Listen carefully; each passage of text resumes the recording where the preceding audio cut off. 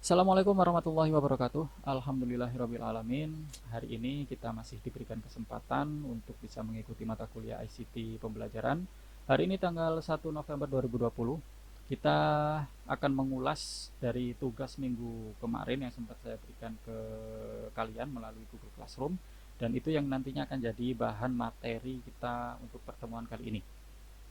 Baik, kita cek dulu di Google Classroom-nya. Ini adalah tugas yang sempat saya share ke kalian, yaitu membuat sebuah artikel, di mana artikel itu terdapat beberapa poin. Di sini ada 4 poin, yaitu tentang dampak positif dan negatif untuk pembelajaran ICT. Kemudian yang poin kedua yaitu apa itu yang dimaksud dengan CBT atau Computer Based Test. Kemudian yang ketiga, poin tiga itu apa kelebihan dan kekurangan menggunakan komputer based test. Dan yang terakhir, apa perbedaan blog dan website. Dan itu kalian jadikan sebuah artikel yang nantinya akan dikumpulkan melalui Google Classroom. Nah, kita akan coba membuka siapa saja yang sudah mengumpulkan dan apakah ada yang masih ada terkendala melalui pengumpulan Google Classroom. Kita buka Google, kemudian kita masuk ke Google Classroom. Oke.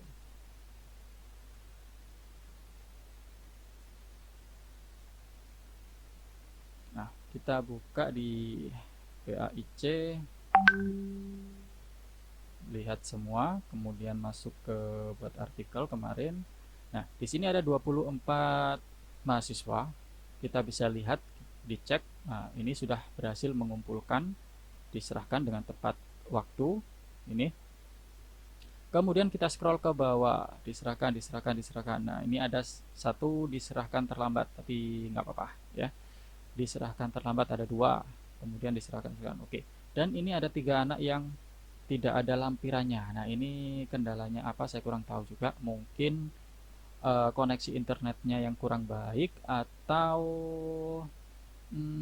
filenya yang nggak bisa diupload. Nah, ini ya buat pembelajaran kalian besok lah. Mungkin lain kali saya buat tugas melalui Google Classroom, mungkin kalian bisa tanya ke teman kalian bagaimana cara uploadnya. Tapi nggak apa-apa, yang penting kalian sudah usaha untuk mengumpulkan, itu saja sudah nilai plus buat kalian. Coba kita cek ya. Ini punyanya Rizka Amalia. Coba kita cek isinya. Tugas ICT pembelajaran. Oke.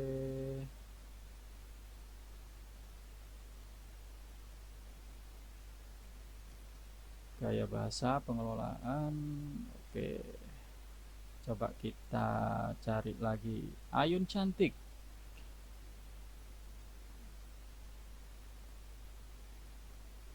Oke. Kemajuan TIK positif, dampak positif. Dampak negatifnya mana ini? Pengertian CBT, kelebihan dan kekurangan CBT. Oke lah, nanti akan kita ulas. Kita akan cek lebih lanjut lagi. Oke, kita masuk ke poin 4 ini. Apa dampak positif dan negatif ICT pembelajaran dalam bidang pendidikan? ICT pembelajaran itu mempunyai dampak positif dan negatif tentu saja, karena yang namanya dunia internet itu bisa diakses untuk semua kalangan, bahkan anak kecil yang usianya masih 5 tahun saja sudah bisa mengoperasikan internet. Maka dari itu dampak positif dan negatifnya itu sangat banyak bagi anak-anak kecil. Mungkin orang dewasa ya kebutuhan internetnya mungkin sebatas pekerjaan mereka, tapi untuk anak kecil, nah itu yang perlu kontrol lebih banyak. Untuk dampak positifnya sendiri itu, kalau buat kita sendiri itu sangat banyak sekali. Contohnya untuk akses kebutuhan kita itu jadi lebih cepat dalam mencari sebuah informasi. Inovasi dalam pembelajaran menggunakan e-learning itu juga referensinya juga sangat banyak sekali. Kita bisa mengambil referensi dari internet itu ketika kita mencari sesuatu dengan gampangnya, kita buka Google, kemudian kita cari, sudah langsung dapat. Bahkan kita cari di YouTube juga ada videonya. Nah, sebegitu mudahnya kita dalam mencari sebuah informasi menggunakan media ICT itu. Kemudian ada munculnya media massa, khususnya media elektronik itu sebagai sumber pengetahuan dalam apa itu istilahnya pendidikan pusat. Kita bisa membuat sebuah e-learning itu tadi, kemudian membuat sebuah perpustakaan online, dan kita bisa menaruh beberapa buku soft copy yang nantinya bisa kita masukkan ke dalam media tersebut, dan orang ketika mencari sebuah buku bisa melalui perpustakaan online itu sendiri. Kemudian diskusi online, kita juga bisa melakukan diskusi online melalui beberapa aplikasi yang bisa kita lakukan. Contohnya, kita bisa menggunakan Zoom sebagai media diskusi, atau bahkan reuni juga, kita bisa kumpul-kumpul dengan teman-teman melalui aplikasi Zoom. Akhirnya kita bisa video call melalui aplikasi tersebut, atau kita melakukan meeting dengan menggunakan Zoom, itu juga bisa. Bahkan kita bisa melakukan presentasi juga melalui aplikasi Zoom itu. Kemudian ada gak dampak negatifnya? Nah, dampak negatifnya ini juga bisa dibilang banyak, khususnya untuk anak-anak kecil. Jadi kemajuan IT akan semakin memudahkan pelanggaran hak atas kekayaan intelektual, atau yang kita kita tahu itu sebagai haki hak kekayaan intelektual, karena akses mudah ke data yang menyebabkan orang itu bisa melakukan plagiat. Dengan mudahnya dia melakukan plagiat melalui akses internet. Kemudian untuk anak-anak kecil, nah anak-anak kecil ini kita harus sebagai orang tua atau kakak dari anak adik-adik kita itu harus bisa mengontrol apa saja yang dilakukan oleh adik-adik kita atau anak-anak kita.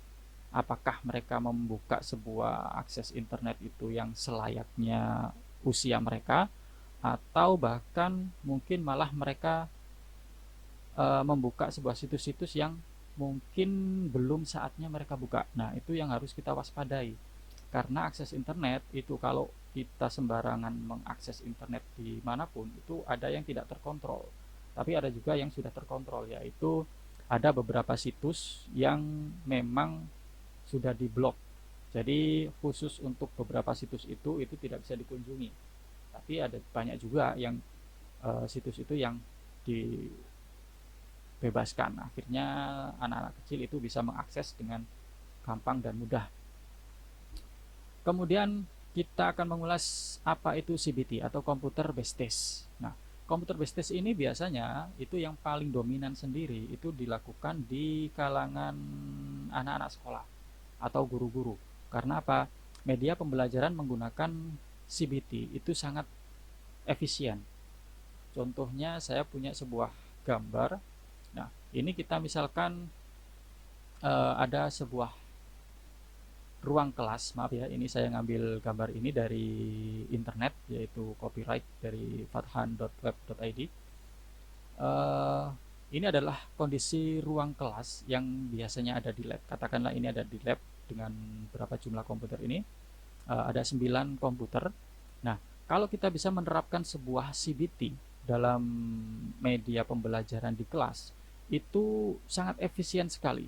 Karena CBT itu adalah tes dengan sistem pelaksanaan menggunakan komputer sebagai media untuk melakukan pembelajaran. Penyajian dan pemilihan soal CBT itu juga dilakukan secara terkomputerisasi, sehingga setiap peserta yang mengerjakan tes itu mendapatkan paket soal yang berbeda-beda. Nah, kita bisa membuat sebuah paket soal misalkan A, B, C. Kita buat 3 paket soal, kemudian kita bisa memberikan soal itu ke murid-murid. Dan murid-murid itu bisa mendapatkan paket soal yang berbeda-beda. Ataupun kita mempunyai satu paket soal saja, tetapi dalam satu lab tersebut itu bisa kita acak soalnya. Jadi misalkan soal nomor 1 di komputer A, ini katakanlah ini komputer 1, 2, 3, 4, 5. Nah, soal nomor 1 di komputer nomor 1 ini itu belum tentu sama dengan komputer soal nomor 1 di komputer nomor 9 atau nomor berapa ini? 7. ya komputer terakhir lah, itu belum tentu sama. Jadi pasti dia mengalami perbedaan. Itu bisa kita olah sedemikian rupa. Jadi setiap komputer itu bisa mendapatkan soal yang berbeda-beda. Meskipun paketnya itu cuma satu, tetapi pengacakan soal di setiap nomor itu bisa berbeda-beda.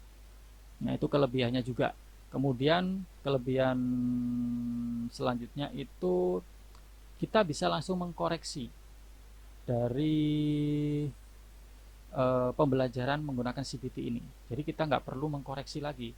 Setelah anak-anak selesai mengerjakan, itu bisa langsung keluar hasilnya. Nah, itu lebih enaknya lagi. Kemudian pelaksanaan ujian dengan sistem CBT atau computer based test itu tentu memiliki perbedaan dengan sistem yang menggunakan PBT atau paper based test atau menggunakan kertas ya. Kalau paper based test itu tentu saja kita harus mengeluarkan biaya yang lebih juga dalam melakukan ujian menggunakan PPT kayak dulu, karena kita harus mengeluarkan biaya fotokopi, kemudian biaya guru untuk mengkoreksi soal tersebut, dan lain sebagainya. Tapi kalau menggunakan CBT, sudah, itu nanti kita cari saja satu operator untuk menginputkan soal, dan soal itu nanti akan dikerjakan secara online. Dan jawabannya itu bisa langsung keluar setelah anak selesai mengerjakan. Itu kelebihannya juga.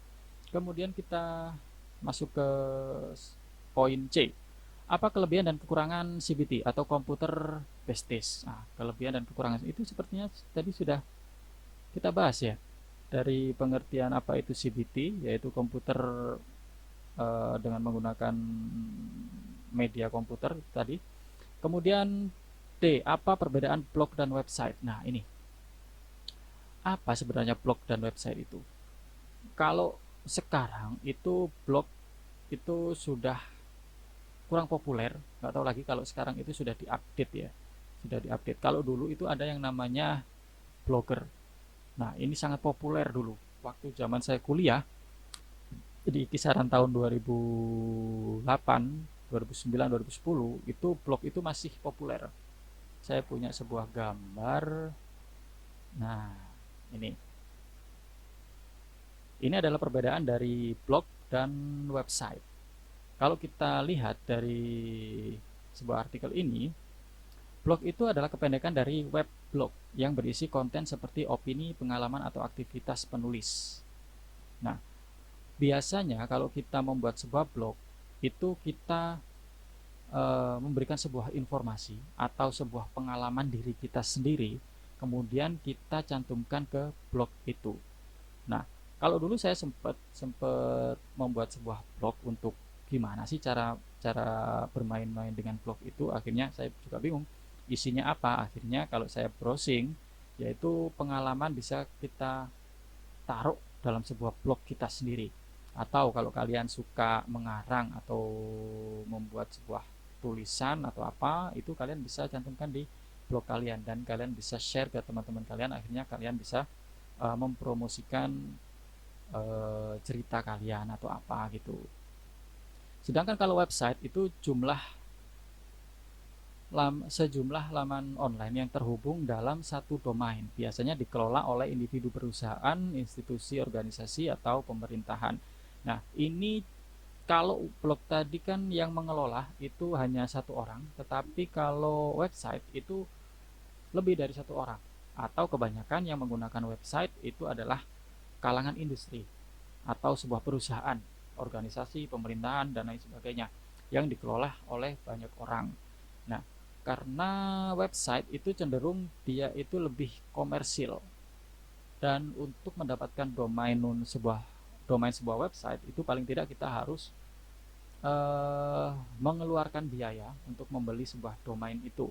Contohnya .com. Nah, kalau kita ingin menggunakan fasilitas .com itu kita harus membelinya, menggunakan jasa .com-nya, karena itu adalah komersil. Kemudian dalam segi konten, blog berisi konten seperti artikel atau video tentang satu atau berbagai tema yang dimiliki pemilik blog. Jadi blog itu sifatnya individu.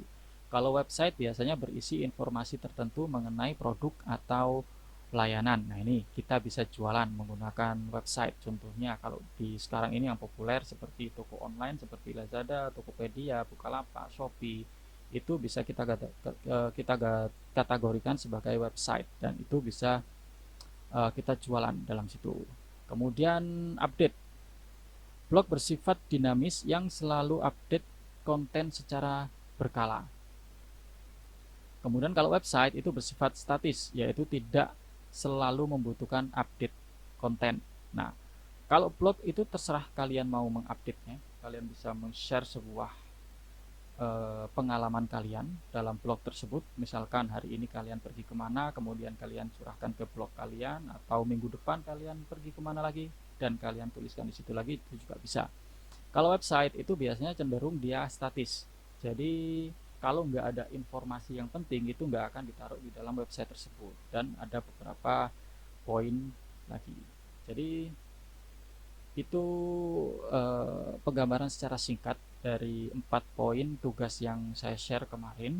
Mungkin apa yang sudah kalian buat di artikel kalian itu malah penjabarannya akan lebih banyak lagi karena kalian mencari informasi yang lebih banyak dari yang sekedar saya jelaskan tadi.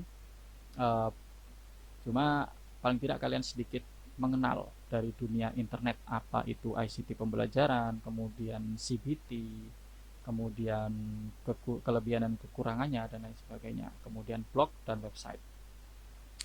Oke, dari pertemuan kali ini cukup itu saja untuk mengulas tugas kalian kemarin. Semoga sedikit memberikan gambaran buat kalian. Oh ya, tugas kalian yang kemarin ini ada Muhammad Nur Ubaidillah, Salma Safitri, Stefani, ini masih belum ada ya. Mungkin kalian bisa konfirmasi atau dikirim lewat WA. Oke, terima kasih sudah mendengarkan ocehan saya hari ini. Oke, kita lanjutkan minggu depan. Saya akhiri dulu. Assalamualaikum warahmatullahi wabarakatuh.